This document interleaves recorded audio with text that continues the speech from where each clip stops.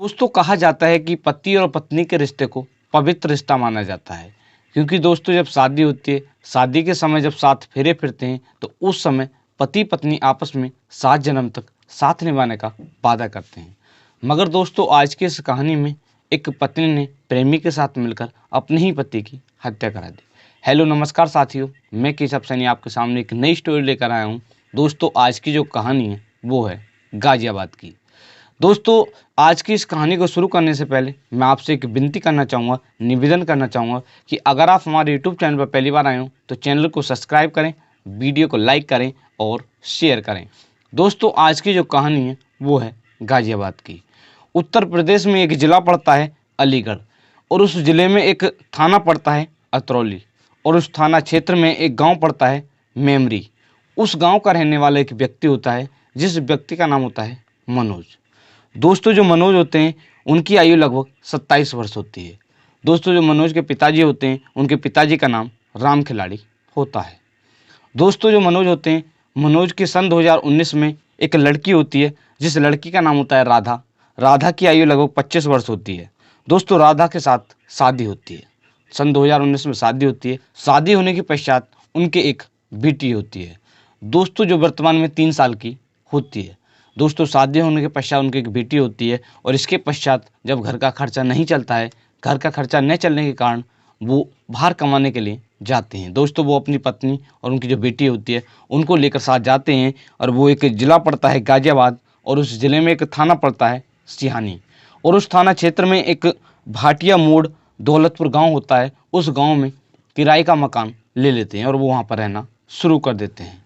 दोस्तों यहाँ पर जो मनोज होते हैं, मनोज ई रिक्शा चलाकर पैसा कमाया करते थे। दोस्तों इसी तरह से हर रोज़ की तरह वो रिक्शा चलाते थे और पैसे कमाया करते थे। दोस्तों इसी तरह से उनका जो खाना खर्चा होता है वो चल रहा था। दोस्तों घर पर उनकी पत्नी और उनकी जो बच्ची होती है, जिसकी आयु लगभग 3 साल होती है, वो घर पर रहा करते थे, या कह सकते हैं कि जो किराए का मकान होता है उस पर रहा करते थे।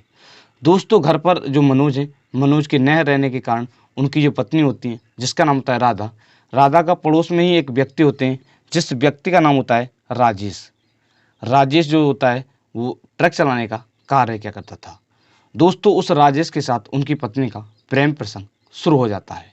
दोस्तों इसी तरह से प्रेम प्रसंग चलता रहता है। दोस्तों जब इसके बारे में जो मनोज होते हैं उनको पता चलता है तो वो अपनी पत्नी को डांटते हैं और समझाते हैं, मगर इसके पश्चात भी उनकी जो पत्नी होती है वो नहीं मानती है। इसके पश्चात भी उनका जो प्रेम प्रसंग है वो जारी रहता है। दोस्तों आए दिन इसी बात को लेकर उनके घर में झगड़ा हुआ करता था। दोस्तों उनकी जो पत्नी होती हैं, जिसका नाम होता है राधा, वो अपने पति से इतनी परेशान हो जाती हैं कि वो अपने प्रेमी से कहती हैं कि आप किसी भी तरीके से जो मेरे पति हैं, जो रास्ते में बाधक बन रहे हैं, आप उनको रास्ते से हटाएं।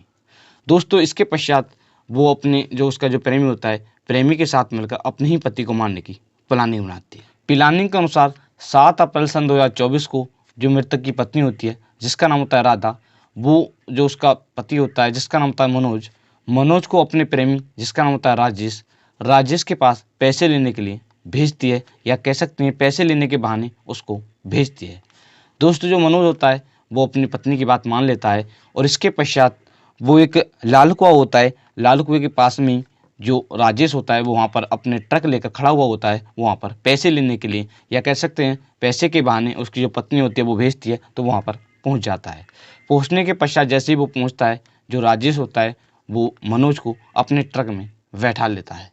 दोस्तों इसके पश्चात वो दारू पिलाता है, और दारू पिलाने के पश्चात जब उसको काफ़ी नशा हो जाता है, इसके पश्चात वो गमछे से उसका गला घोंटता है। दोस्तों गमछे से जब वो गला घोंटता है तो उसकी मौत नहीं होती है। इसके पश्चात वो एक ट्रक की रस्सी होती है, उस रस्सी को खोलता है, और इसके पश्चात उसकी गला घोंटकर हत्या कर देता है। दोस्तों हत्या करने के पश्चात जो राजेश होता है वो मनोज के शव को ट्रक का जो केबिन होता है उस केबिन में रखकर उसके ऊपर से कंबल ढक देता है, और इसके पश्चात वो एक फैक्ट्री में गौतम बुद्ध नगर में वो उसमें माल लोड करता है। 8 अप्रैल सन 2024 की सुबह लगभग 4:30 बजे का समय होता है। जो राजेश होता है वो माल को भरवाने के पश्चात सुबह के 4:30 बजे के समय जो मालगाड़ी होती है उसको झज्जर के लिए ईस्टर्न पेरीफेरल एक्सप्रेस वे से वो उस ट्रक को ले जाना शुरू कर देता है। इसके पश्चात वो कुछ दूरी चलता है और दादरी के क्षेत्र में ही एक्सप्रेस वे के किनारे जो मनोज का शव होता है उसको फेंक देता है। फेंकने के पश्चात वो वहाँ से रवाना हो जाता है। दोस्तों इस पूरे घटनाक्रम को जो ये पूरा घटनाक्रम होता है, वो जो मनोज होता है, मनोज के जेब में एक फ़ोन होता है। किसी कारणवश जब वो दारू पीते हैं तो उसमें रिकॉर्डिंग शुरू हो जाती है। दोस्तों ये पूरा घटनाक्रम रिकॉर्डिंग, इस पूरे घटनाक्रम की जो रिकॉर्डिंग होती है वो उस फ़ोन में सेव हो जाती है।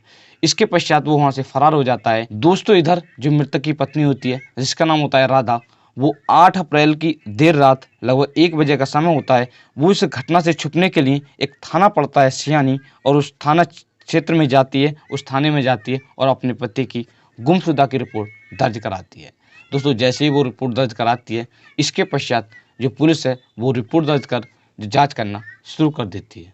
दोस्तों पुलिस जाँच करना शुरू कर देती है और जाँच के दौरान जो पुलिस होती है, पुलिस को जो मनोज का शव होता है वो मिल जाता है। दोस्तों शव मिलने के पश्चात जो पुलिस होती है वो उसके जो परिवार वाले होते हैं, उसके जो पिताजी होते हैं, उनको इसके बारे में सूचना देते हैं और सूचना देने के पश्चात जो उसके परिवार वाले होते हैं वो वहाँ पर आ जाते हैं।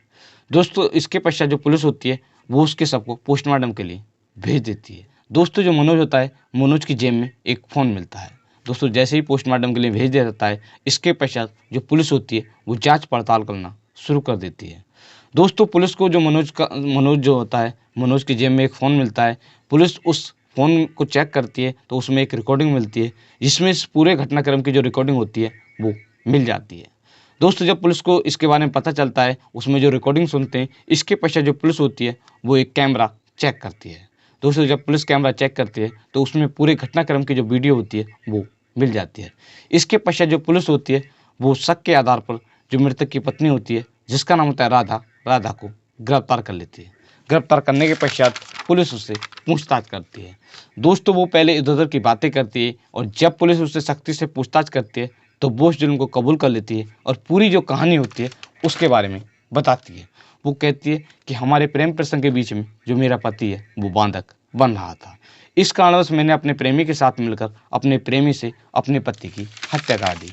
दोस्तों इसके पश्चात जो पुलिस होती है, जो राजेश होता है, राजेश को भी गिरफ्तार कर लेती है। दोस्तों जो राजेश होता है वो शादीशुदा होता है। दोस्तों उनके 3 बच्चे होते हैं। इस घटना से 6 साल पहले उनकी पत्नी में आपस में झगड़ा हो जाता है और वो तलाक दे देते हैं। इसके पश्चात वो अकेला रहना शुरू कर देते हैं।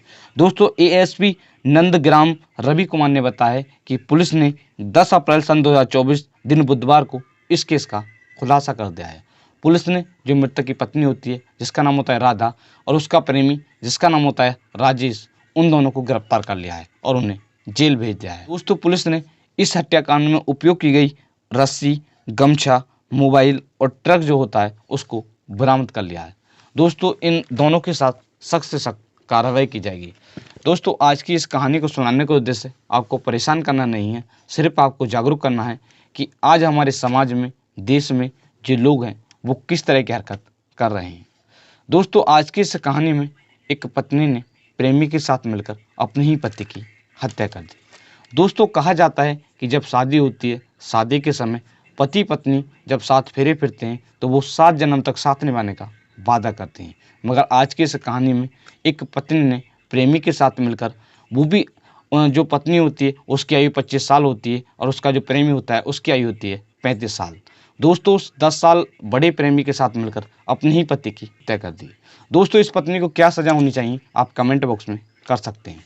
दोस्तों हर कहानी को सुनाने का उद्देश्य हमारा सिर्फ यही रहता है कि आपको जागरूक करना है कि आप इस तरह का कोई भी कदम ना उठाएं। दोस्तों आज की जो कहानी है, मैंने इस कहानी को पढ़कर तैयार किया है अमर उजाला न्यूज़, जी न्यूज़, आज तक news, news 18, Dainik Jagran news, crime तक news, Hindustan news, Dainik Bhaskar news और टीवी 9 न्यूज़, इन सभी न्यूज़ से मिलकर इस कहानी को तैयार किया है, जिसका लिंक आपको वीडियो के डिस्क्रिप्शन में मिल जाएगा।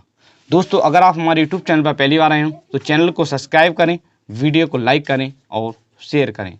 दोस्तों आप सभी लोग मस्त रहें, स्वस्थ रहें। मिलते हैं आपको एक नेक्स्ट कहानी के साथ। धन्यवाद।